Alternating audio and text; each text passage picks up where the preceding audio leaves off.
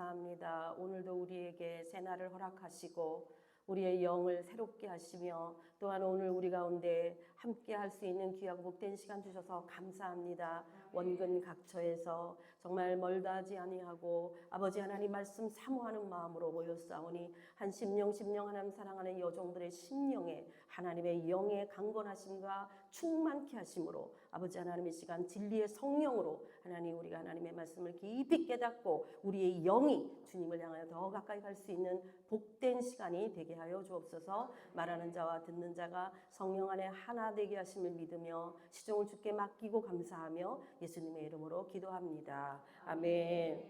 예, 우리 사랑하는 사모님 또 목사님이 소천하시는 소식을 들으면서 참 마음이 좋지만은 않지만 또 하나 깨닫게 되는 것은 우리의 시간이 내 시간이 아니라 하나님께 속한 시간이기 때문에 항상 주를 만날 준비를 해야 되는 우리가 아닌가. 그래서 이 땅에 있든지 주께 가든지 우리는 주님 안에 있는 샬롬으로 넉넉히 이 죽음을 이기는 믿음이 제일 큰 믿음이잖아요. 그래서 마지막에 우리가 주님 앞에 쓰는 그 마지막 순간이 마지막 시험이라고 말을 하거든요.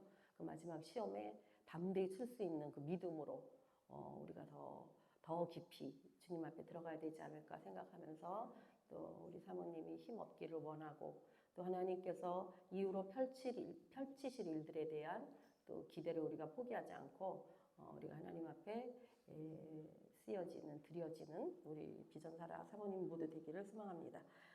지난 시간에 우리가 이제 성령론에 대한 부분을 계속 공부를 해가면서 이 시대에 성령께서 일하시는 이 시대에 우리가 성령이 어떤 분이신지 우리가 성령님의 무엇을 구해야 되는지 알지 못하면 정말로 안고 없는 찐빵 우리 옛날에 막 그런 말 했잖아요.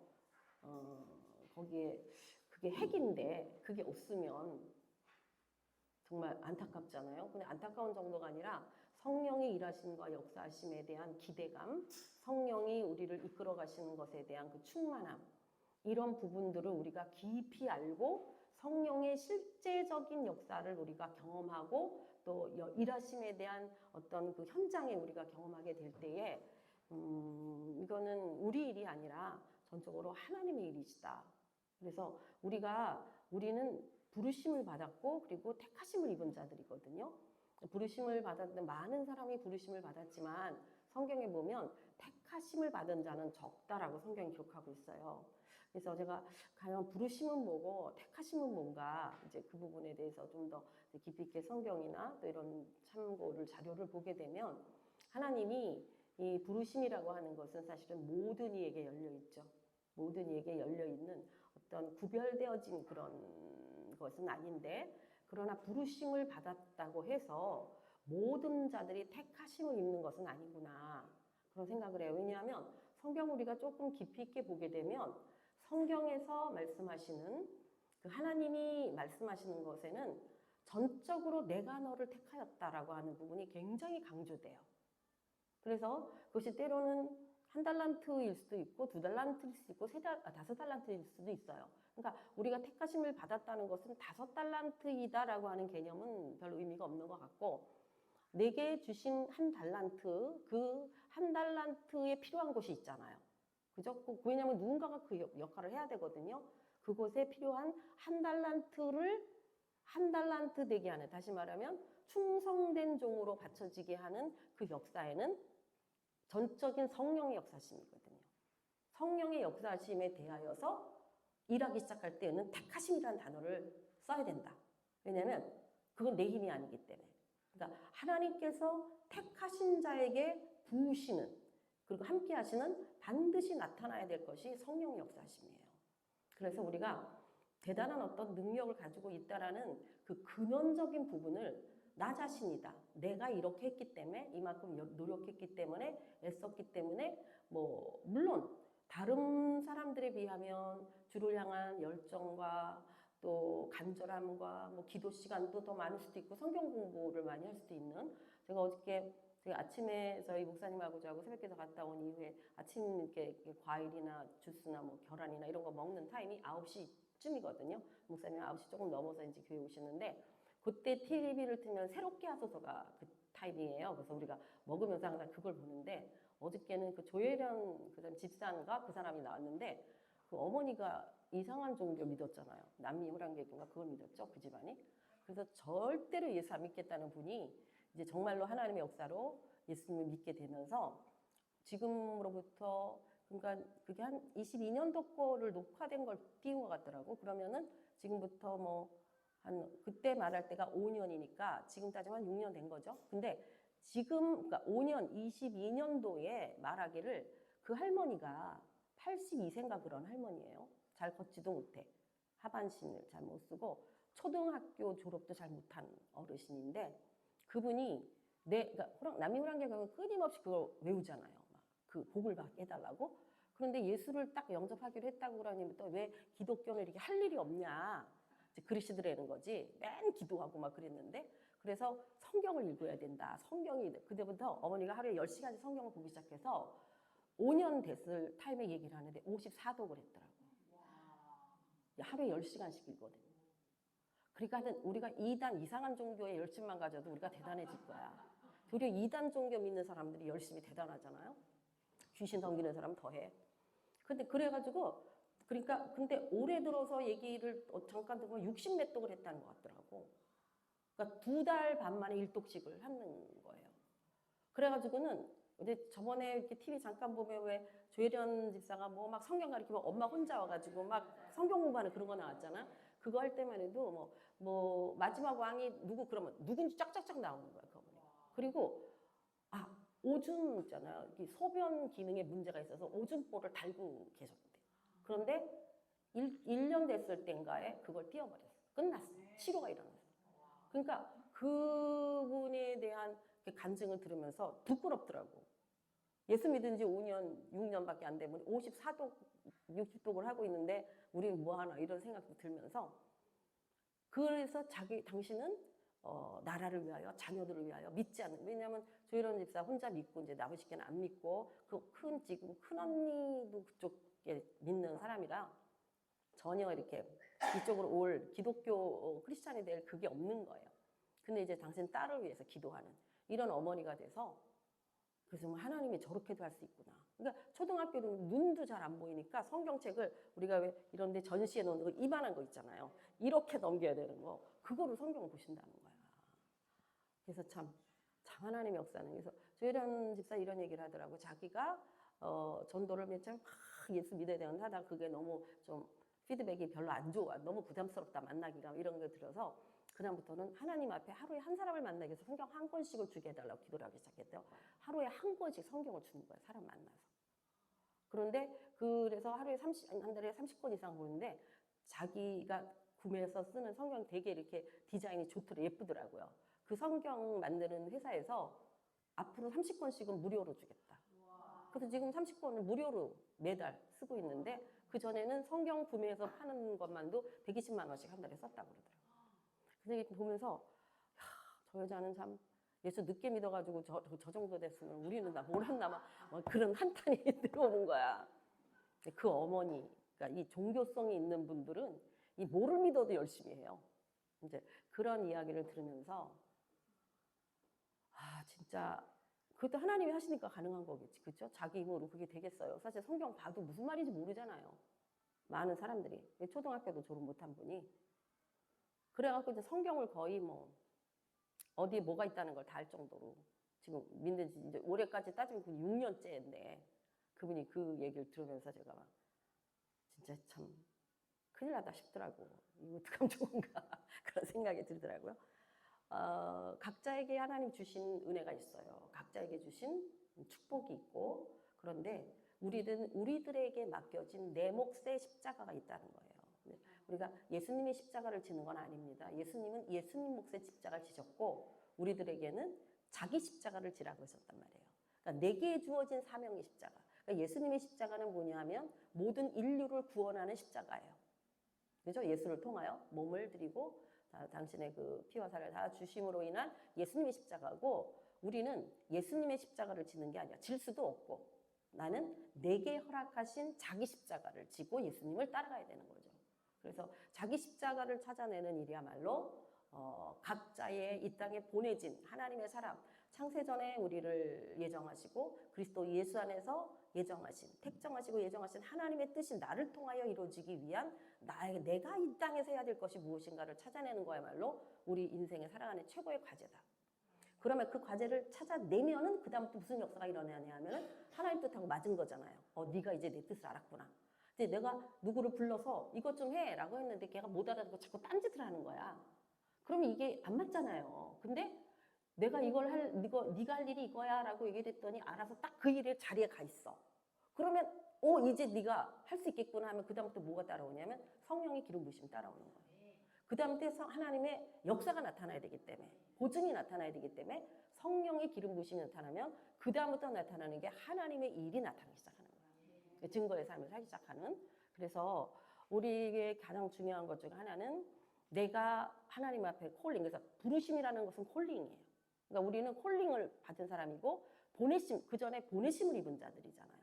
그러나 보내심을 입은 우리가 하나님 앞에서 어떤 것을 위하여 보내심을 입었나라는 것은 거저 알아지는 게 아니에요. 그건 비밀이기 때문에 내가 깊이 성령과의 교제를 통해서, 기도를 통해서 내가 헌신된 거, 우리 아이들 키울 때도 얘가 뭐에 달란트가 있는가를 알려면 이것저것 시켜봐야 돼요. 처음에. 그죠?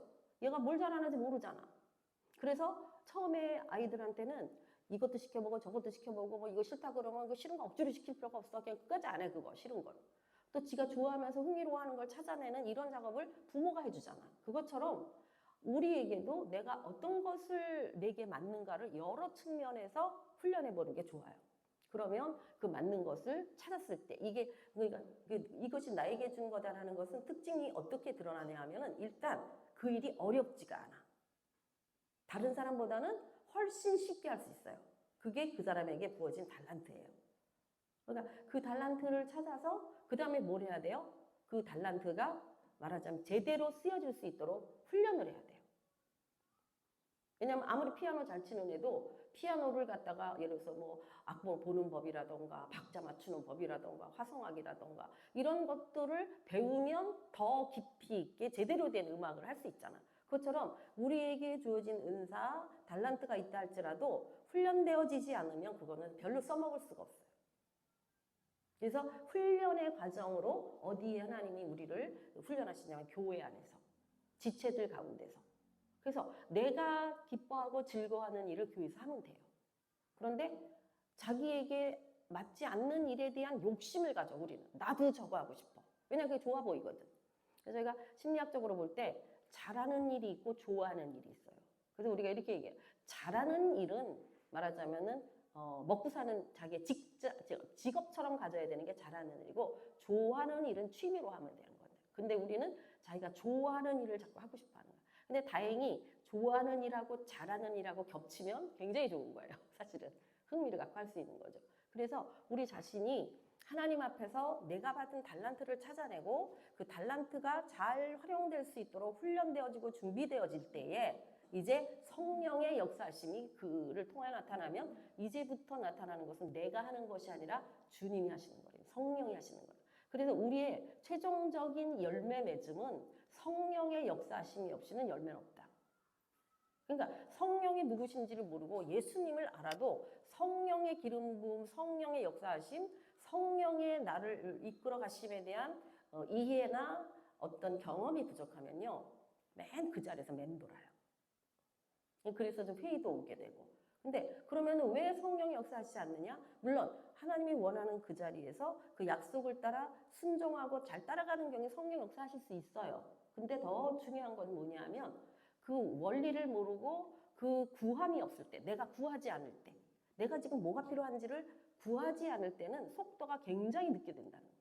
근데 내가 알아. 내가 이게 약점이야. 그래서 이건 성령이 해주셔야만 돼. 라는 자기의 문제를 알고 있는 사람은 그 부분에 대한 기도가 따라가기 때문에 엄청 빠른 효과가 있어요.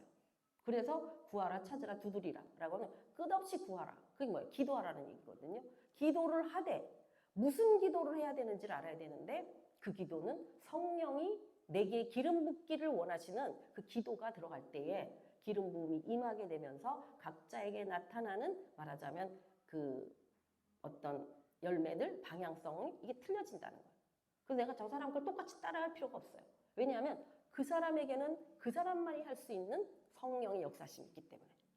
그걸 찾아낼 때에 사실은 어떤 경쟁으로 들어가는 게 아니라 나도 저 사람보다 좀 못하는 것 같아. 나도 이거 하고 싶은데 나는 안 돼. 뭐 이런 어떤 경쟁이 아니라 나에게만 부어진 독특함.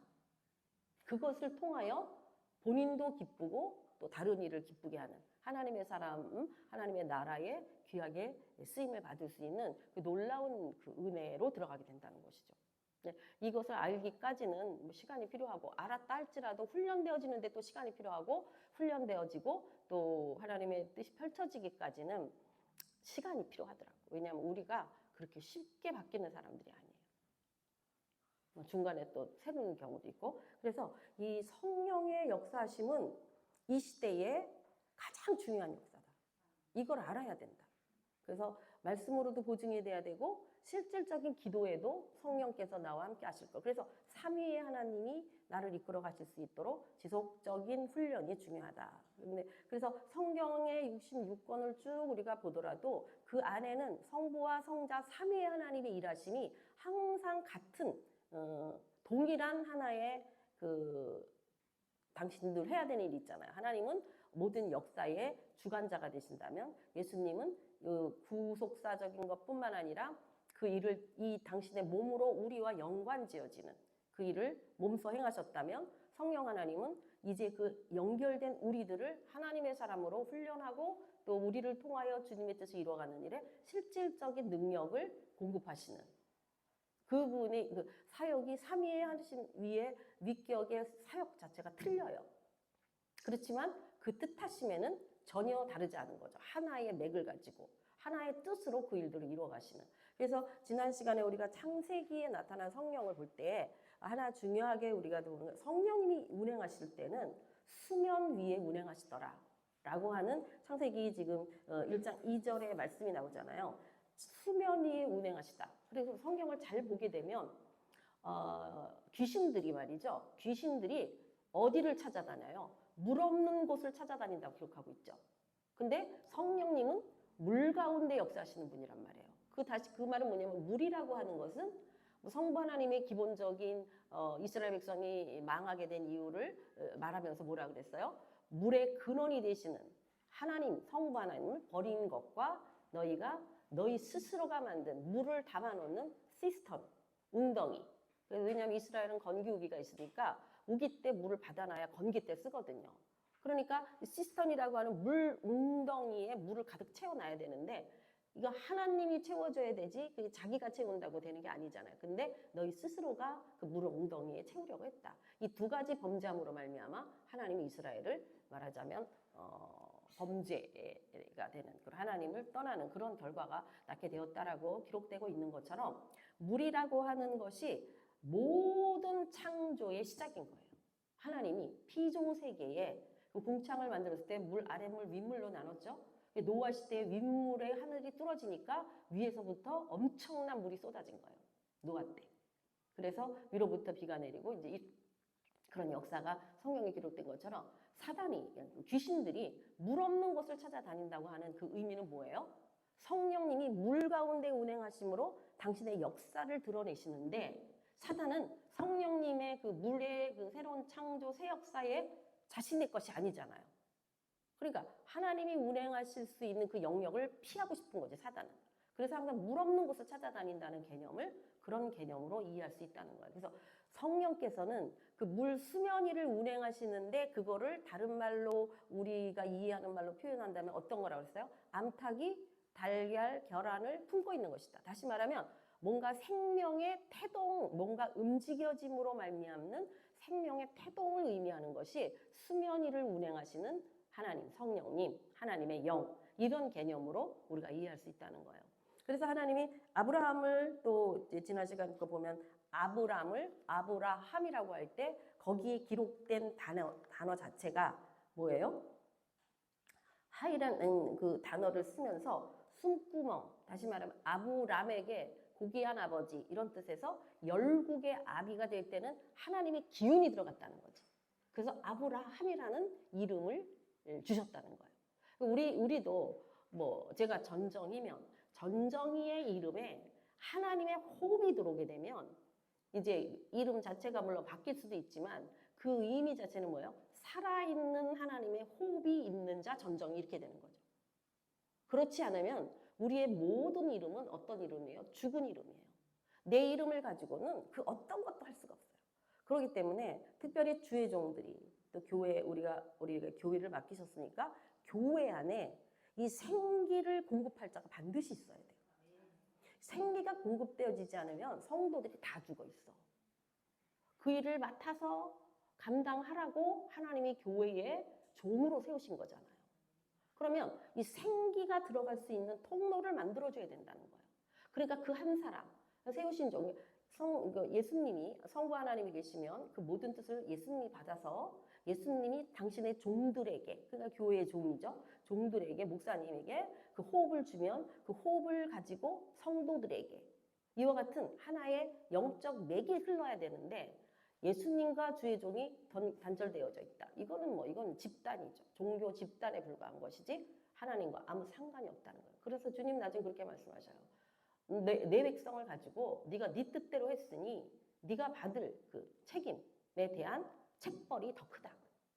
그러니까 우리가 너희가 선생이 되려 하지 말라, 아비가 되려 하지 말라 하신 것처럼 도리어 우리가 주의 일을 한다는 것 자체가 굉장히 두려움을 가지고 일을 해야 된다는 거예요. 결코 이렇게 인간적인 어떤 것을 얻기 위한 것으로 해서는 안 된다는 거예요. 지금 그 바누아투 선교사님이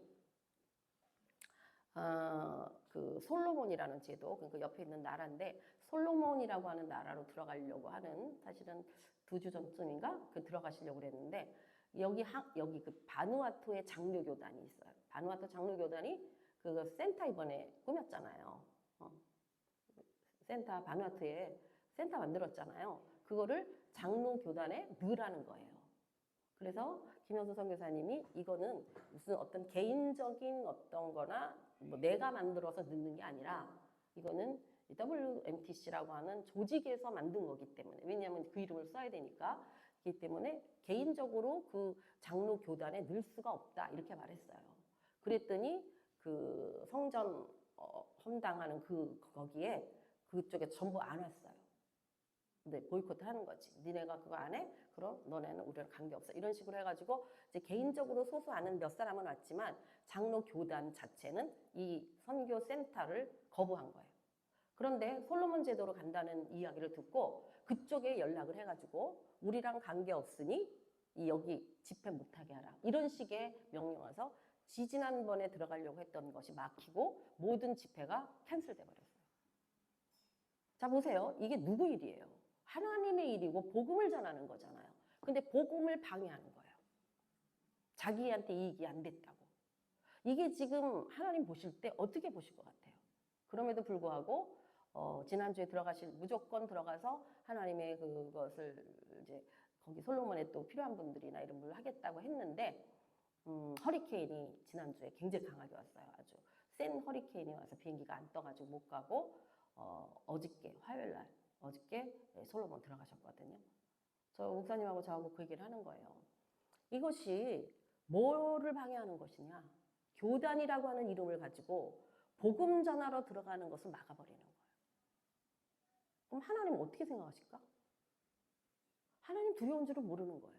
이것이 누구의 거냐는 거예요. 이것이 하나님의 역사여야 되는데 개인이나 집단에 의하여서 그러니까 결국은 우리가 성경 봐도 복음 전하는 바울이나 이런 사람은 유대인들이 쫓아다니면서 방해하잖아요. 이것처럼 이 시대가 뭐 더하면 더하겠죠. 이런 시대에 정말 무엇이 주님의 뜻인가를 알지 못하고 사람의 중심에 서서 사람 중심적인 거 한다면 그 대가를 어떻게 지불하겠냐는 거예요. 나중에 하나님 앞에. 정말로 우리가 하나님 앞에 서 있는 우리들은 주의 종으로 부르심을 받은 우리들은 두려운 마음으로 주님 앞에 서 있어야 되는 것 같아요. 그래서 이 아브라함에게도 그 이름을 바꿔주신 것처럼 그분의 영이 그 이름 가운데 들어감으로 불려짐으로 말미암아 열국의 아비라고 하는 그런 이제 놀라운 그 축복을. 근데 사실은 뭐 아브라함이 한 게 뭐가 있어요? 그건 택하심이에요. 그러니까 성경을 계속 보게 되면 하나님이 당신의 사람을 택하셨다고 하는 부분이 굉장히 중요한 그 포인트로 실려요. 그래서 어쩌든지 우리는 하나님의 택하심을 받은 자들이에요. 이미. 그죠? 이미 우리 택하심 받은 자들이잖아요. 그렇다면 이 택하심에 합당한 삶을 살지 않으면 우리는 더 많이 혼난다. 더 많이 하나님 앞에 체크가 된다. 라는 것을 부인할 수가 없습니다. 그래서 오늘은 이제 출애굽기하고 레위기를 좀 보려고 그러는데, 이 출애굽기에 나타난 성령님은 어떻게 역사하고 계신가? 자, 여기 보면 출애굽기 1장 8절에서 10절을 보게 되면 요셉이 이스라엘 이제 하나님이 그 아브라함과 이삭과 야곱의 혈통을 따라, 그러니까 하나님은 그 약속의 계보가 있어요. 그리고 두 줄기가 있어요. 뭐냐면 우리 지금도 마찬가지예요. 영적 계보의 복을 받은 자와 이 일을 감당하기 위하여 물질적 계보로 인하여 복을 받은 자가 이 두 부류가 있다고. 어디야 거기 김미진 장로님네 그런 팀에서 말할 때는 뭐 성빈도 있고 성부도 있고 그런 것처럼 이 두 부류가 사실은 합력하여 그 성경에 이제 왕국이 나눠지기 왕국으로 이제 되기 들어갔을 때 예언자 그러니까 선지자와 정치적인 것을 하는 왕 이게 두 부류로 있거든요. 왕적 계보가 있고 선지자 영적 계보가 있단 말이에요. 그래서 또 성경을 잘 보게 되면 주권은 누구 지파에게 주냐면 유다 지파. 예수 그리스도 유다 지파에게 주셨고 이 물권의 장자권은 누구에게 주냐면 요셉 지파에게 주셨어요. 사실은 장자권은 루벤이 받아야 되는데 루벤이 음행함으로 말미암아 그 장자권을 잃어버리고 그 장자권이 누구에게로 넘어가냐면은 요셉의 지파로 넘어갔죠. 그래서 요셉 지파가 두 부류를 받아야 돼. 그래서 12지파 중에서 레위 지파는 빠집니다. 왜냐하면 계산에 안 넣어요. 이건 하나님의 것이기 때문에 11지파였는데 그 11지파에서 그 한 지파를 누구를 넣냐면은 요셉의 두 아들 므낫세와 에브라임 두 지파가 들어가서 요셉이 장자가 받아야 될 두 지파의 몫을 다 받았다는 것을 성경 속에서 볼 수가 있어요.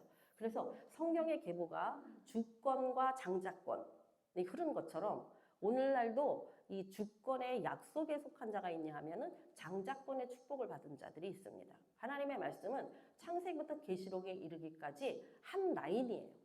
뭐 이 말했다가 없어지고 저 말하고 내가 언제 그랬어? 이런 식으로 하시는 분이 아니에요. 하나님의 생각과 하나님의 계획과 관점이 창세기부터 계시록까지 관통하고 있다는 거예요. 그래서 우리들은 사실은 거의 장자권에 속한 자들이 아니라 주권에 속한 자들이죠. 영적 계보에 그 일을 위하여 부르심 받은 자지. 우리 여기서 부자가 누가 있어요? 엄청난 부자들. 그럼 빨리빨리 좀 헌금 좀 해주시고 우리가 좀 맘 놓고 좀 쓸 수 있게. 그것처럼 이 장자권과 주권에 대한 그 계보가 쭉 나와 있는데 성경을 쭉 우리가 이 관점을 가지고 읽다 보면 그 하나님의 약속이 누구를 따라오냐면은 이 주권을 가진 자의 영적 축복권을 인정하시고 쭉 따라오는 거 볼 수 있어요. 이와 같이 하나님께서 일하시면은 그냥 무계획적으로 그냥 되는 대로 사람 쓰는 게 아니라 그래서 성경은요 계보를 굉장히 중요하게 합니다. 그래서 누구의 아들 계보를 다 써놓잖아요. 굳이 우리가 몰라도 되는 이름까지. 왜냐하면 하나님께서는 그 계보, 다시 말하면 그 약속이 흐르는 계보를 굉장히 중요하게 여기신다는 거예요. 그래서 우리의 믿음의 가정에 계보를 가져야 돼요. 우리 가정이 믿음의 계보가 있어야 된다고. 그러면 우리의 자녀들이 아래로 내려가면 내려갈수록 복된 자녀가 나오기 시작합니다. 그런데 이제 그렇지 않으면 좀 어려워지는 거죠. 왜냐하면 그 약속을 붙들어야 돼. 약속을 모르니까 안 붙드니까 기도하지 않으니까 있어도 먹지를 못하는 거예요. 차려놔도 그 밥상에서 좋은 걸 취하지를 못하는 거예요. 그래서 우리가 안다고 하는 것이 굉장한 능력이에요. 말씀을 깊이 안다는 거. 그래서 여기 보게 되면 여기 그 출애굽기 1장 8절에서 10절 보면 요셉을 알지 못하는 새 왕이 일어나. 근데 여기서 새 왕이라고 하는 것은 새로운 왕조가 들어섰다는 얘기예요. 지난날에 그 애굽 왕조가 완전히 뺏겨서 그때 힉소스 쪽의 왕권, 새 왕조가 들어섰기 때문에 그 왕조는 지난날에 요셉의 일들을 몰라. 자기네 역사가 아니기 때문에. 그래서 요셉을 알지 못하는 새 왕이 일어나서 애굽을 다스렸다 이런 의미로 지금 기록하고 있는 거예요. 그래서 근데 생각해봐요. 딱 이제 이 나라를 차지했어. 근데 힉소족이 차지라고 보니까 그 히브리족이 너무 많은 거야. 그리고 어떻게 생각했어요? 얘네들이 나중에 전 왕족, 전 왕조하고 힘을 합치면 우리를 쫓겨날 수도 있겠네 이런 생각할 수밖에 없는 상황인 거예요. 그래서 이 백성들을 감화해 버려야 되겠다는. 그래서 자기네 나름대로 뭐예요? 우리가 그들에 대하여 지혜롭게 하자 두렵건대 그들이 더 많게 되면 전쟁이 일어날 때에 우리 대적과 합하여 우리와 싸우고 이 땅에서 나갈까 하노라.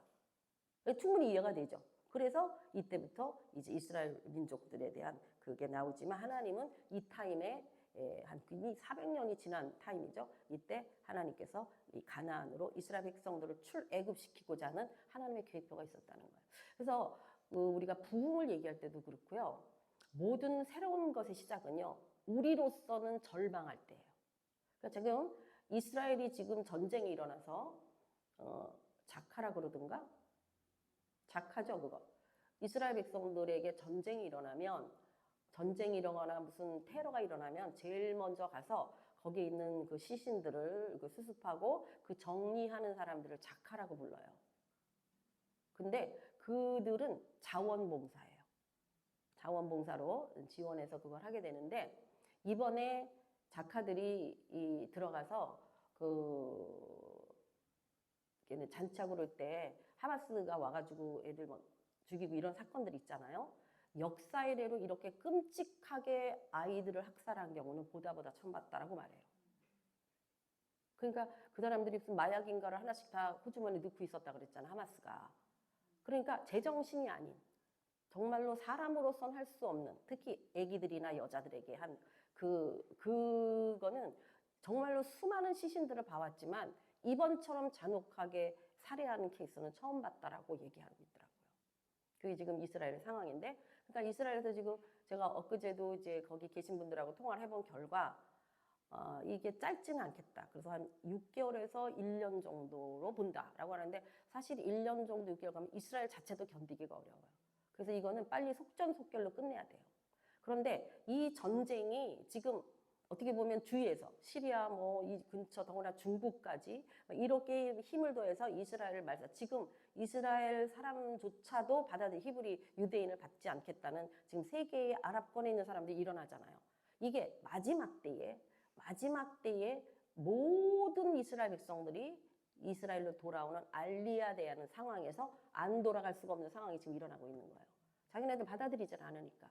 근데 보세요. 하나님께서 AD 70년에 티토스에 의해서 예루살렘이 완전 멸망하게 될 때 그때도 100만 정도가 사살됐다고 얘기하거든요. 역사적으로. 그런데 그래서 거기에는 절대 유대인은 이 이스라엘, 이 팔레스틴 근처에 살 수가 없었어요. 그래서 디아스포라로 세계로 흩어졌잖아요. 그러니까 디아스포라로 세계로 흩어지니까 그때 복음을 들고 나간 거잖아. 이것이 하나님의 타임이죠. 지금은요. 세계 모든 유대인들이 돌아오지 않고는 견딜 수 없는 상황이 벌어지고 있는 거예요. 이게 하나님의 역사예요. 그때는 흩어버리고 지금은 어떻게 한다? 모은다. 이게 하나님의 타임이죠. 그래서 부흥이라고 하는 것도 그렇게 얘기해요. 우리가 열심히 했더니 부흥됐다 이런 역사는 없어요. 이 기독교의 부흥 역사 중에. 정말로 우리는 아무것도 할 수 없다는 마지막 절망의 타임에 하나님이 일으키시는 게 부흥이에요. 그러니까 사람으로 하는 게 아니라는 거예요. 이게. 그래서 저는 이런 생각이 많이 들어요.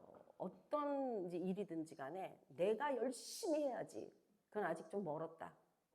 근데 열심히 했는데 안 되더라. 진짜 방법이 없다까지 가야 하나님의 역사가 일어나기 시작합니다.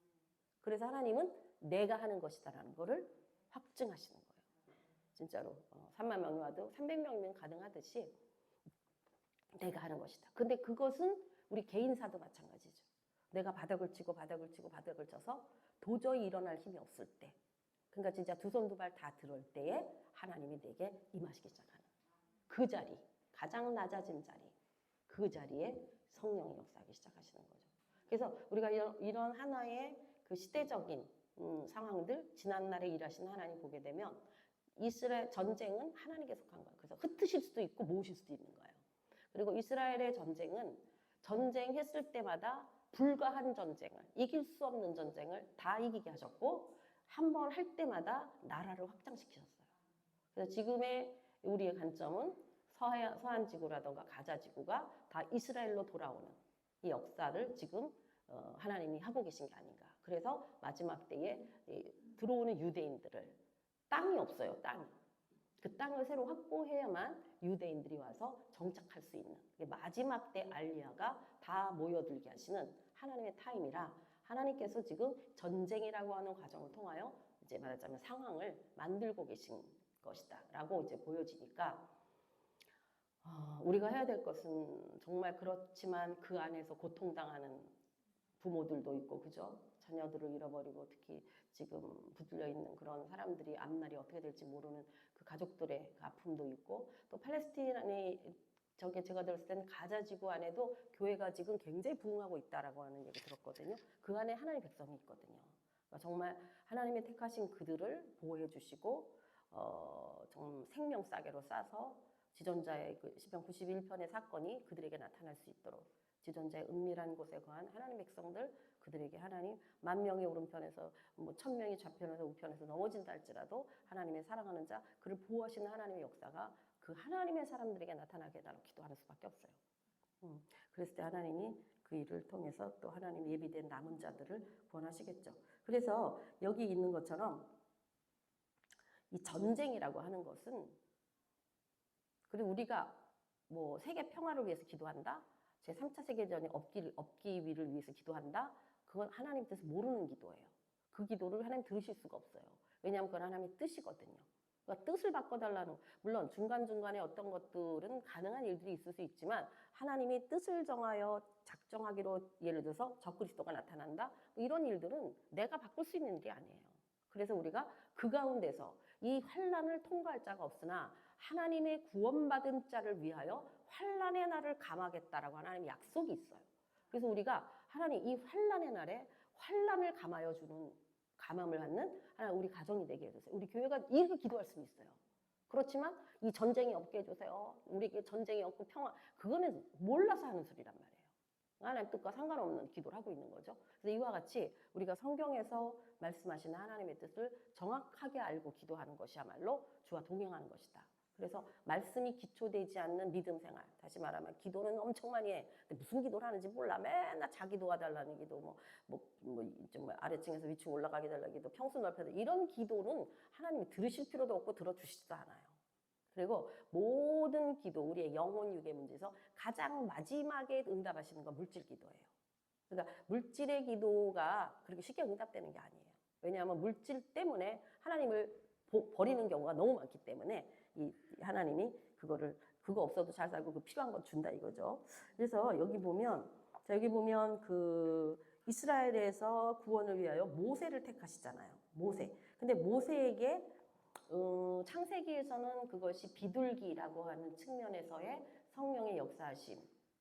하나님이 일하심에는 항상 비둘기라고 하는 그것이 수면 위에 운행하시는 성령의 하나의 그 상징적인 의미로 비둘기를 보여주셨고 예수님이 세례를 받으실 때에 하늘이 열리면서 비둘기 형상으로 성령이 임하신 이와 같은 비둘기의 측면을 지난 시간에 봤다면 출애굽기에서는요 보면 그 이스라엘 백성들이 출애굽하기 전에 상황이 어땠어요? 굉장히 핍박받는 상황이잖아요. 그러니까 이들이 하나님께 부르짖을 수밖에 없는 사람이 죽을 지경이 돼야 부르짖잖아요. 그래서 죄 가운데 있는 우리 그 자신들의 그 상황이 인간의 존엄성이라든가 신성이라든가 소명 이런 것이 다 없어져 버리는. 그러니까 어떻게 보면 짐승만도 못한. 그러니까 짐승들은 자유가 없는 대신에 범죄하지 않아요. 근데 인간에게는 하나님이 하나님처럼 자유를 준 대신에 책임을 져야 되거든요.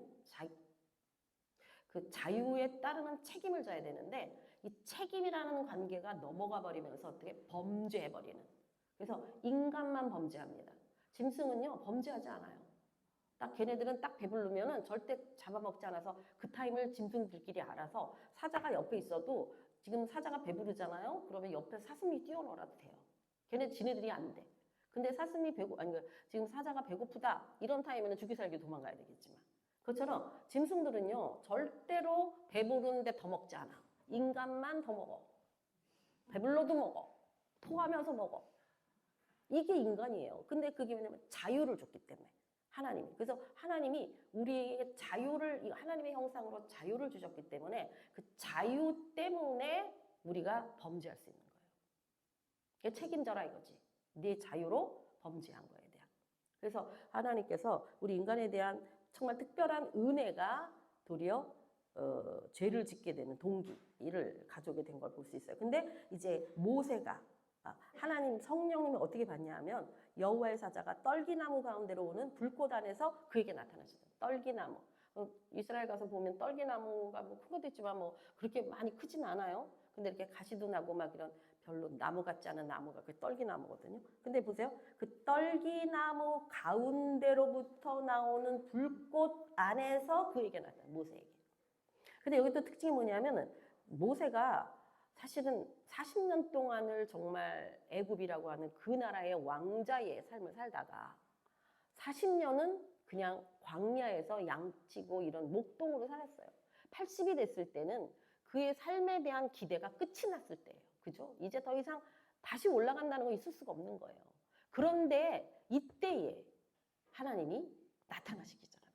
그래서 떨기나무 보니까 근데 이스라엘 같은 데 광야하면 이렇게 건조하기 때문에 불이 저절로 많이 붙어요. 제가 태국 같은 데 보면 여름에 더우면요. 이렇게 지나가잖아요. 산에서 중간중간 불이 나. 근데 그게 왜 그런가 봤더니 건조하니까 나무끼리 부딪히고 이러면서 불이 붙더라고. 자연 발생으로.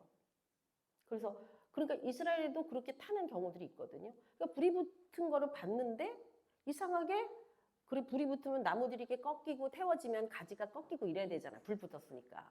근데 그대로 있는 걸 보면서 모세가 이상하다고 느낀 거죠. 그래서 여기서 모세가 이르되 내가 돌이켜 가서 이 큰 광경을 보리라. 떨기나무가 어찌 타지 아니하는고 하니 여호와께서 그가 보려고 돌이켜 오는 것을 보신지라 그를 불렀다고 했어요. 그래서 우리가 하나님의 방향으로 터나지 않으면 이게 방법이 없어요. 보고도 어머 하나님이 그러셨다고? 그래?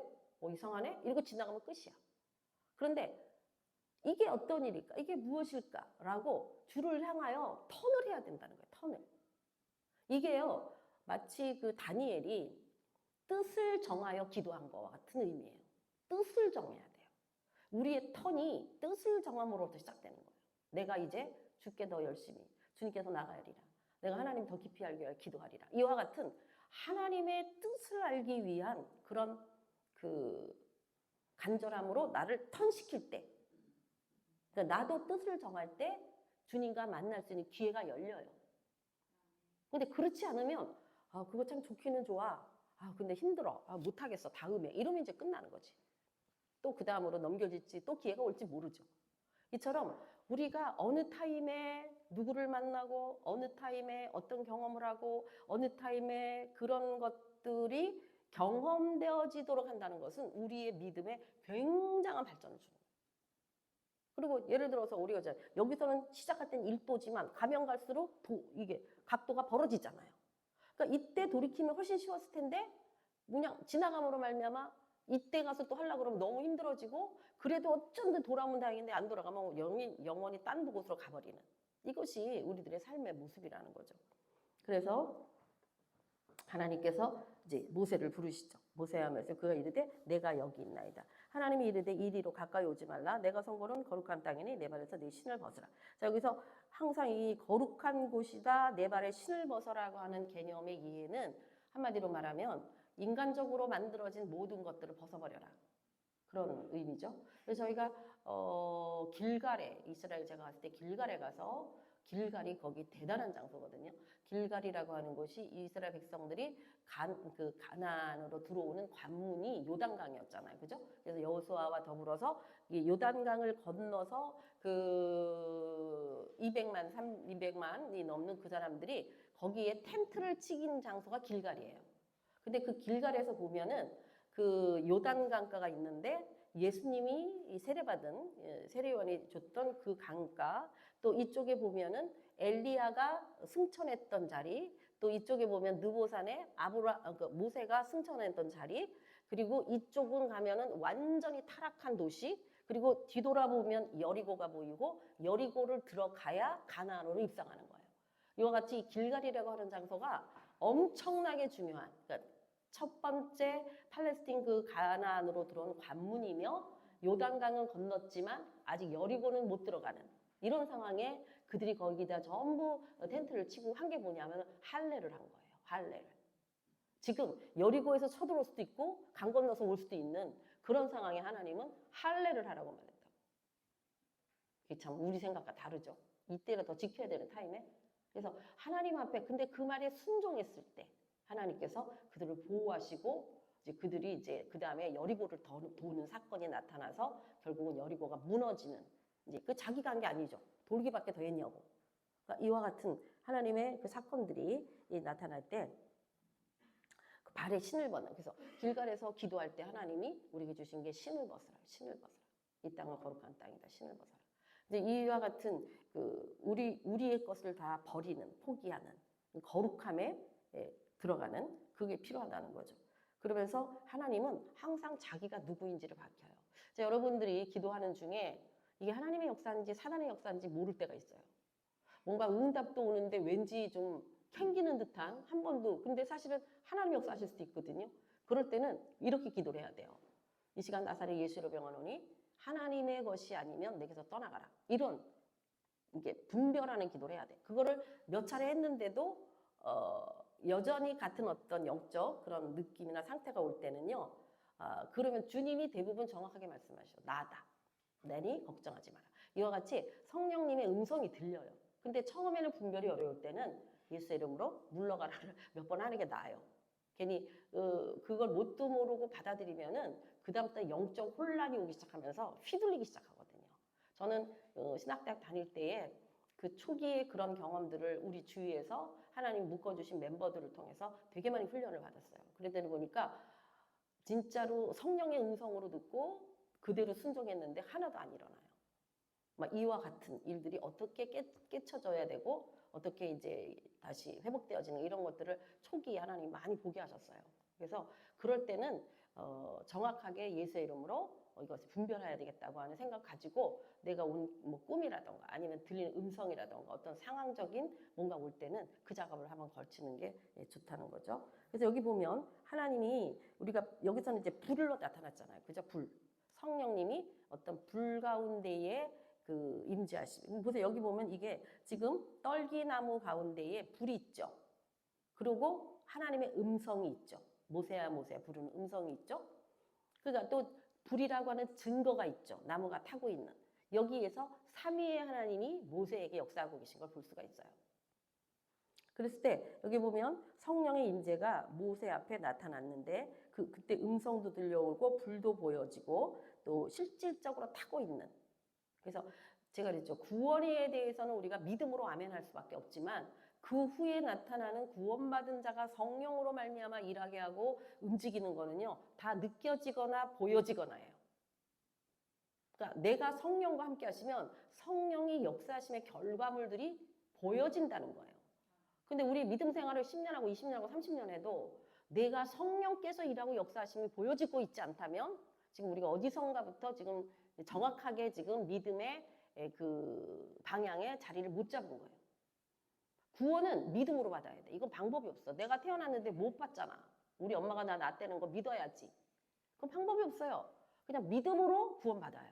그러나 구원받은 자가 이제 성령의 이끌림을 받아 살아갈 때는 성령의 바람이 불거나 불이 오거나 뭐 물이 오거나 이 성령의 움직임과 역사하심이 따라오기 때문에 자기가 이게 성령이 하셨다는 거를 뭐 금방 그 자리에서 모를 수도 있어. 왜냐하면 과정이 필요하기 때문에. 그러나 성령이 하셨다고 하는 것이 내 삶 속에서 열매로 보여지던 상황이 보여지던 그 증거가 나타나던 그래서 성령과 함께 움직이는 자에게는 반드시 증거들이 있다.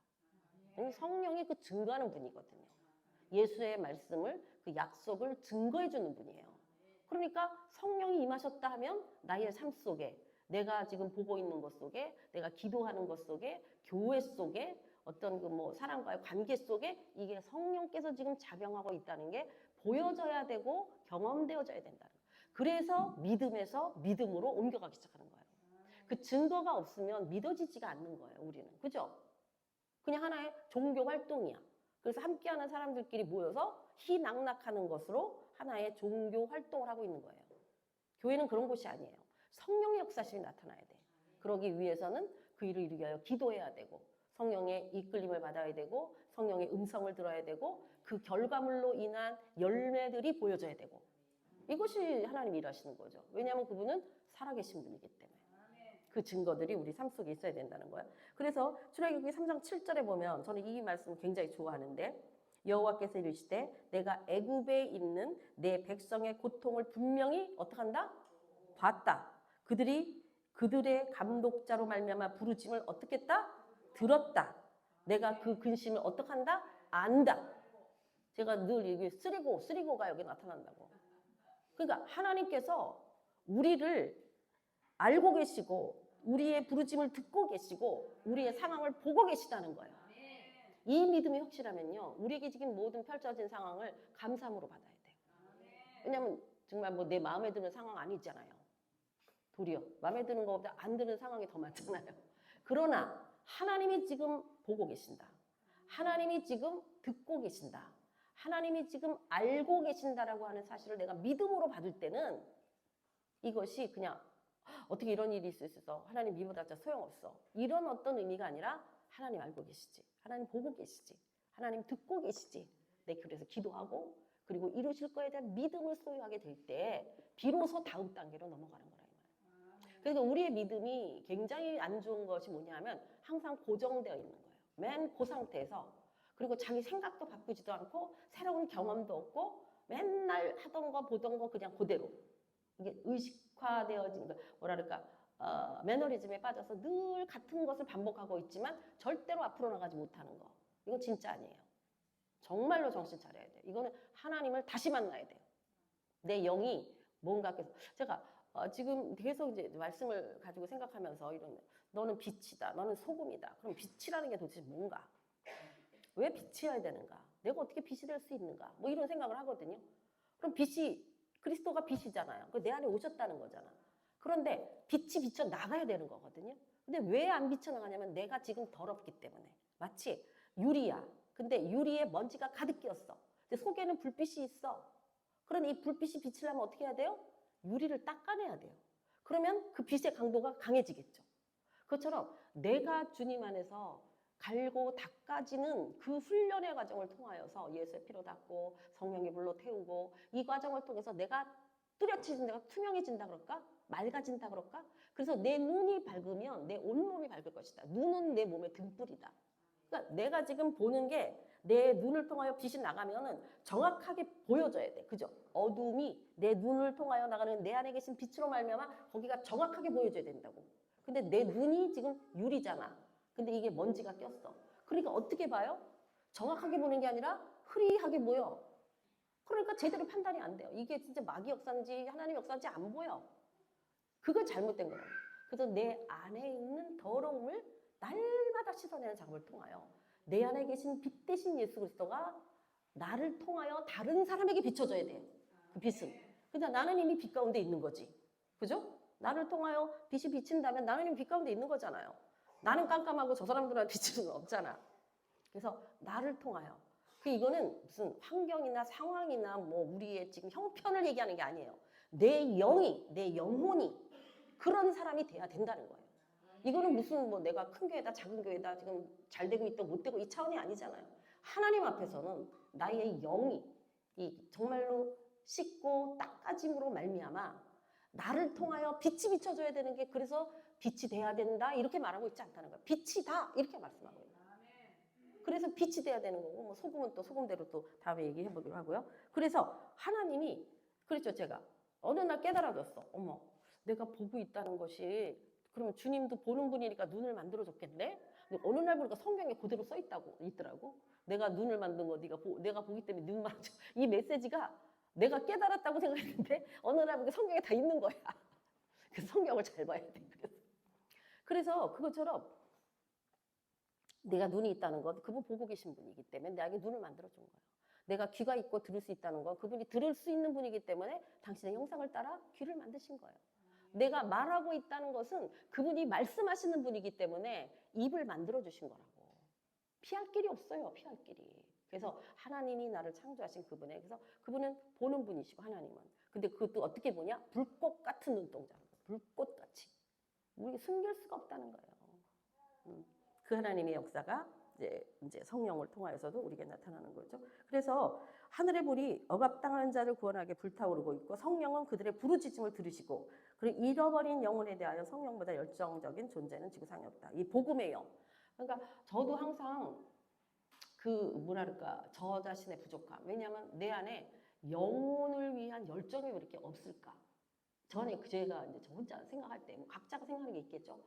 내가 영혼을 향한 막 그 불타는 마음이 내게 뭐 없을까? 근데 그게 없는 게 당연해요. 왜냐하면 주님의 마음이 부어지기 전에는 안 와요. 왜냐하면 그 귀찮지, 힘들지, 안 하고 싶지, 놀고 싶지, 자고 싶지, 먹고 싶지, 좋은 거 하고 싶지. 이게 나거든요. 그런데 주님을 향한 그 마음이 부어질 때 비로소 그 영혼을 긍휼히 여기고 내가 저를 위하여 도와줄 수 있을 게 뭘까? 내 것을 안 먹더라도 저 사람을 도와야지. 이런 어떤 걸 생기는 건 내 마음으로는 절대로 안 되는 거예요. 성령께서 오셔야만 되는 거예요. 그래서 제가 이런 생각입니다. 참 기독교처럼 좋은 종교도 없어. 그쪽에서 아무것도 안 하고 있는데 예수 믿는다는 이유만으로 지금 그 이스라엘에서도요. 예수 그리스도인 드디어 유대인들이 크리스찬들이 돕고 있다는 걸 인정하면서 받아들이기 시작한 거예요. 왜냐하면 자기네가 너무 급하니까. 누군가가 먹여줘야 되잖아. 누군가가 도와줘야 되잖아. 지금 군대 들어가가지고 아무도 먹을 것과 이런 걸 안 해주는데 지금 제가 들으면 3사람의 이스라엘 계신 선교사님들 통해서 계속 듣는 게 하면 500인분 식사대죠. 200개 김밥 말아가고 이런 역사가 지금 엄청나게 칫솔, 치약. 왜냐하면 이게 다 부족한 거예요. 그리고 학교가 지금 못 열어요. 왜냐하면 학생의 3분의 1이 이미 예비군으로 뽑혀나갔고 거기 선생들도 가 있는 사람이고 그러니까 줌으로 하고 있지만 실질적으로는 교육을 할 수가 없는 그래서 많은 부분에서 예루살렘을 제외한 나머지 모든 부분에서는 전부 거의 스톱에 가까운 말하자면 이 원활하게 돌아가지 않는 상태가 지금 이스라엘이에요. 그리고 전쟁이라고 하는 그 현장에서는 우리가 생각하는 것처럼 아이고 뭐 우리가 TV로 보는 전쟁하고 똑같겠어요? 내 아들 딸들이 지금 들어가 있는데 군대에 가 있는데 그러니까 우리가 생각할 수 없는 긴장과 두려움의 영에 사로잡혀 있는 상태가 지금 이스라엘의 상태예요. 백성들이. 그때에 그들이 한국의 사람들이 크리스찬이 자기 나라 가지도 않고 먹을 것과 입을 것을 준비하여 그들을 그 지역까지 찾아가고 전쟁 그 예비하고 있는 그 현장까지 찾아가서 그들을 돕는다는 거에 그들이 감격하기 시작하는 거예요. 그리고 그것을 유대인들이 돕기 시작하는 거예요. 여기도 가져라. 여기도 가져라. 그래서 움직이는 것이 우리가 찾아가는 게 아니라 유대인이 도움을 요청해서 함께 가는 일이 지금 벌어지고 있어요. 그러니까 이 역사가 하나님이 하시는 역사죠. 이와 같은 실질적인 그래서 우리의 기도가 그 일을 할 수 있도록 보탬이 돼야 돼요. 왜냐하면 하나님의 역사이기 때문에 우리가 물질을 보태야 돼요. 왜냐하면 그들을 도울 때 진짜 근데 제가 어저께 마태복음을 읽으면서 우리 지금 1년 삼독하는 게 마태복음이 있는 중이잖아. 뒷부분 읽으면서 하나님이 마지막 때에 그 마태복음 25장 이후는 천국장이거든요. 그래서 뭐라고 말씀하시냐면은 너희가 나를 위하여 말하자면은 이렇게 하나는 양과 염소를 나눌 때만 나는 뭐 누가 나를 감옥에 있을 때 도와줬고 뭐 그러니까 우리가 안 했는데 그러니까 약한 자 하나에게 한 것이 내게 한 것이다. 주님 말씀하시잖아요. 양이고 염소는 뭐예요? 그래도 안 한 거잖아요. 그걸 딱 보여줬을 때 그게 이스라엘을 돕느냐 안 돕느냐 지금. 왜냐하면 25 그 말씀의 첫 부분이 뭐냐면 마지막 때 하나님이 민족을 모아라고 써 있어요. 민족들을 모아서 양과 염소로 나눈다고 기록하고 있어요. 마태복음 지금 25장 거기에. 그 민족들을 보니까 우리나라가 아니 우리들이 지금 이스라엘을 돕는 나라가 돼야 된다는 거예요. 이게 그 민족들이 근데 그거 안 하잖아? 그럼 불못에 들어간다고 써 있다니까? 그래서 제가 그걸 보고요. 우리는 여태까지 내가 개인적으로 누군가를 돕는 뭐 이런 차원으로 생각했잖아요. 근데 어저께 성경 말씀을 딱 볼 때 하나님이 이게 이스라엘이다 이렇게 말씀하시더라고요. 지금 우리가 그들을 도와야 되는 거예요. 민족적 차원에서. 그럼 우리가 돕잖아. 그럼 내가 대한민국 사람이 대표로 돕잖아. 그러면은 우리나라가 사는 거예요. 우리나라가 양의 편에 서는 거야. 너무 다행스러운 일이죠. 그 까딱 잘못했으면 아주 지금 아마 우리 중국 편에 섰을걸? 이번 정권이 아니면 우리 중국 편에 섭니다. 이번 정권이기 때문에 지금 그래도 이스라엘 편에 붙어 있는 거예요. 하나님이 이 나라를 향한 은혜가 있기 때문에 정확하게 볼 건 봐야 돼요. 뭐 내가 이 편이다 저 편이다 뭐 나는 이쪽이야 그따구 소리 할 필요가 하나님 앞에는 하나님은 하나님의 나라를 위하여 일하는 자를 찾지 정당을 위하여 일하는 종들을 찾는 게 아니에요. 정신 차려야 돼요.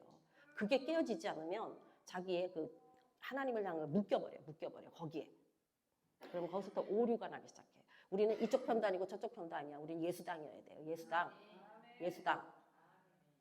이쪽도 잘하는 거 있고 이쪽도 못하는 거 있고 이쪽도 못하는 거 있고 이쪽 잘하는 거 있지 뭐 누구는 다 잘해? 말도 안 되는 소리 하지 말고 그 상식으로도 있을 수 없는 일이에요. 이 땅의 일이. 그렇잖아요? 우리가 하나님의 사람으로서 정확한 걸 볼 수 있어야 우리가 흔들리질 않아요. 그렇지 않으면 사람의 거에 따라 흔들려. 이거 조심해야 될 부분이에요. 자, 그 다음에 이 부분을 보면 이제 성령과 우리가 이제 시간을 보내고 그 성령께서 이 불로 역사하는 그 출애굽기에서 이 타지 않는 불로 역사하는 성령님을 이미 나타내고 계시다. 그러면 37장 밑에 보면요. 근데 이 말을 하고 있어. 이거 잘 보세요. 이 구원은 아까도 말했지만은 이거는 거저 주시는 은혜야. 이거는 대가 지불이 안 되기 때문에. 왜냐하면 예수의 생명의 값이기 때문에 어떤 무엇으로도 예수의 생명의 값을 대신할 수 없잖아요. 그냥 믿음으로 감사합니다고 받아야 돼. 그렇지만 여기 보면 맨 아랫줄 보세요. 지금까지 내가 전투에 직면하면 주님이 그 기도를 경외한다. 압박이 오면 나는 하나님의 능력의 대가가 필요하다는 사실을 기억한다. 그러니까 어떤 일이 벌어졌을 때 구원받은 나지만 이 문제를 해결하기 위해서는 뭐 해야 돼요? 기도의 대가를 지불해야 돼요. 대가 지불해야 돼요. 가만히 있었더니 되더라가 아니에요. 아까 말했죠. 이미 부르심을 받고 택하심을 받았지만 그 택하심에 합당한 열매를 맺기 위한 대가를 지불해라. 그래서 우리가 자라게 하시는 이유는 하나님이지만 물을 줘야 되고 기경을 해야 되고 밭 갈아야 되는 이 모든 일은 내가 해야 되는 거예요. 그런 사람의 밭에 열매가 나는 거예요. 자라게 하신다고. 근데 밭도 안 갈고 기경도 안 하고 씨도 안 뿌려. 열매 없지. 우린 어떻게 해야 돼요? 그 열매를 맺게 하기 위해서는 그때부터는 대가 지불을 해야 된단 말이에요. 대가 지불. 그 대가 지불에 대한 것을 우리가 이해하고 있어야 됩니다. 그래서 여기 특히 38장에 보면 이 기름 부음이요. 제가 계속해서 기름 부음을 보고 말씀으로 주님이 또 깨닫게 하시는 것들을 보면은 이 기름 부으심이라는 게 엄청난 다양한 역사와 이 말하자면 그 확장되어지는 기름 부음이 뭐라는 것이 확장되어지는 걸 느껴요. 근데 우리는 저기 제 경험으로 봐서는 그냥 성령 충만이 기름 부음이다라는 도식이거나 아니면 기름 부음을 받았는데 그냥 뭔가 채워지는 거다 이런 식의 이렇게 모호한 기름 부음에 대한 이해를 했고 기름 부음이라는 단어 자체를 우리가 영적으로 교회 안에서 사용한 거는 그렇게 오래지 않아요. 예를 들어서 한 10년 정도 됐을까? 그전에는 교회 안에 기름 부음이라는 단어 자체를 사용하지 않았어요. 그게 안 열렸어, 한국교회에. 그런데 하나님이 기름 부음이라고 하는 단어를 한국교회에 열기 시작하셨어요. 그러니까 뭐 이제 그렇게 되면 뭐 베니인의 역사나 뭐 이런 걸 통해서 뭐 여러 가지 뭐 이단이다 뭐 이런 이단 산다 우리나라처럼 또 이단 산만 따지는 나라도 흔치 않으니까 막 또 조금만 쓰면은 막 딱 갖다 내려 깔아야지만 속이 피어나는 게 우리나라의 특징이잖아요. 남잘 되는 꼴을 못 보는 우리. 제가 대학원 때 민족성에 대한 공부를 한 타임 했어요. 한 과목이 있는데 여러 나라의 민족성과 대한민국 우리나라의 민족성에 대한 거를 이제 했는데 체크를 해봤는데 우리나라처럼 민족성 안 좋은 나라가 없더만. 진짜 창피하게 우리나라는 딴 나라 가잖아요. 그러면 다 잘 되면 우리끼리 망해먹잖아. 도와주는 게 아니라 남이 잘 되는 꼴을 못 봐. 이게 우리 민족성이더라고. 우리는 옛날부터 당파 싸움이 우리 여태까지 당파 싸움하고 살았잖아요. 뭐 서로 협력해갖고 나라를 이게 없었어. 우리는 지기지고 먹고 싸우는 족속이었지. 그래도 안 죽고 살아남은 건 은혜죠. 하나님 뜻이 있어서. 그리스도 안에서 이게 회복이 안 되면 그래서 기름 부음이 할 때 여기 성경에 보면은 관유가 나오고 관유라고 하는 것은 절대로 사람에게 쓸 수 없는 기름이에요. 모든 하나님이 쓰는 그릇이나 뭐 상이나 모든 성구 구별되어지는 성구에 바르는 게 관유예요. 그리고 메노라 같은 데 기름을 붙일 때 쓰는 것은 순전한 올리브유예요. 그렇기 때문에 관유는 올리브유는 우리가 그래도 인간적으로 쓸 수 있는 건데 반해서 관유는 인간이 쓰면 죽어. 그래서 관유를 만들 때 쓰는 기름이 모략, 육개, 창포, 계피, 올리브 오일이에요. 그리고 이 부분에 마지막에 꼭 들어가는 게 뭐냐면 소금 뿌림이에요. 여기 지금 안 나왔는데 신기하게 모든 것 끝에는 소금을 뿌리라고 돼 있어요. 그 말은 뭐냐면 하나님의 보증이 소금인 거예요. 변치 않는 약속. 그래서 너희가 소금이다라고 하는 것은 우리가 그냥 상식적으로 할 때 뭘 상하지 않게 썩지 않게 한다던가 뭐 소금으로 맛을 낸다던가 이 차원으로 이제 이해를 하잖아요. 근데 하나님 우리를 너희 소금이다 하는 것은 하나님의 약속을 가진 자의 말하자면 변치 않는 절개. 끝까지 그 말씀을 믿는 그것이 소금의 역할인 거예요. 세상은 변해도 우린 변하지 않아야 되죠. 근데 변하지 않으려면 진리여야 되는 거죠. 가짜를 가지고 있으면 어느 타임에는 그것이 나를 죽여. 그렇지만 진리를 가지고 있는 자는 어떤 상황 속이나 어떤 환경 속이나 어떤 문제 속에서도 변치 않아요. 왜냐하면 하나님의 보증이 오기 때문에 따라오기 때문에 이것이 우리의 믿음이에요. 그래서 이와 같이 이제 이 5가지의 그 모략은 이 되게 비싸. 이게 의학적으로도 쓰고 죄를 씻는 의식에 모략은 정결함을 나타낸다. 그 향기로운 제물을 할 때 그 제물도 우리가 보면 5가지의 그 번제할 때 그거 있잖아요. 그러니까 진짜 우리가 따지고 보면 배워야 될 거 할 것도 너무 많아. 우리의 기도 속에 적용해야 될 것도 너무 많아. 이 5가지의 제사법에 구약의 구제법에 뭐 속건제나 속죄제나 뭐 이런 뭐 여러 가지 그 방법들이 있잖아요. 번제, 화목제, 이런 소제 이런 어떤 그런 것들이 우리의 기도 생활에 다 적용되는 영역이에요. 더군다나 제가 그때 성막론 할 때 그걸 빼먹었는데 그 성막 칠 때 위에 덮개가 있잖아요. 4개 이제 덮개 붙이죠. 이것도 우리 안에 다 체크가 돼 있어야만 되는 영역이에요. 그래야 보호하심을 받아요. 그 4가지의 그 보가 씌워져야 돼. 우리 위에. 그러니까 이와 같은 게 그게 하나님이 하시는 거는요. 어떤 거 하나도 그냥 적당하게 하시는 게 없어요. 그 하나하나에 하나님의 비밀과 하나님의 약속과 하나님의 그 깊은 뜻이 숨겨져 있더라고요. 그러니 우리가 하나님 말씀을 보고 또 보고 또 보고 또 보고 아무리 열심히 해도 영적으로 우리가 주님을 만나 그냥 확 열리기 전까지는 절대로 이게 열릴 수가 없다. 비밀이기 때문에 이제 그렇지 않나 싶어요. 그래서 이 5가지 사실은 제가 오늘 거기 레위기까지 하려고 그랬는데 레위기 못하고 점심 먹고 이 5가지 조금 한 번 더 보고 그리고 오늘은 2시 정도에 마치도록 할 거예요. 왜냐하면 저희가 우리 또 장례식도 가야 되고 또 뭐 그런 부분이 있어서 2시에 같이 움직일 수 있는 분은 움직이는 걸로 하고 1시부터 시작해서 한 30분 정도 공부 마치고 한 30분 정도 기도하고 2시쯤에 마치는 걸로 하겠습니다. 뭐 아니 뭐 저기서 제일 큰 소리 치고 있는데 아무것도 모르는 애가 저렇게 큰 소리 치지. 자, 기도합니다. 하나님 감사합니다. 성령님이 창세부터 계시록에 이르기까지 하나님의 일하심이 창세부터 계시록에 이르기까지 앞으로도 이루어지지 않은 그 일들이 이루어지는 모든 현장에 일하시는 분인 것을 알게 하시니 감사합니다. 우리가 성경의 말씀을 그 시대적인 말씀을 볼 때마다 성령님이 어떤 분인가를 더 깊이 깨닫고 그 크신 성령님의 역사하심을 믿음으로 받고 구하며 찾으며 두드리는 우리 모두가 되게 하여 주옵소서. 이루실 주님을 찬양하며 감사하며 예수님의 이름으로 기도합니다. 아멘.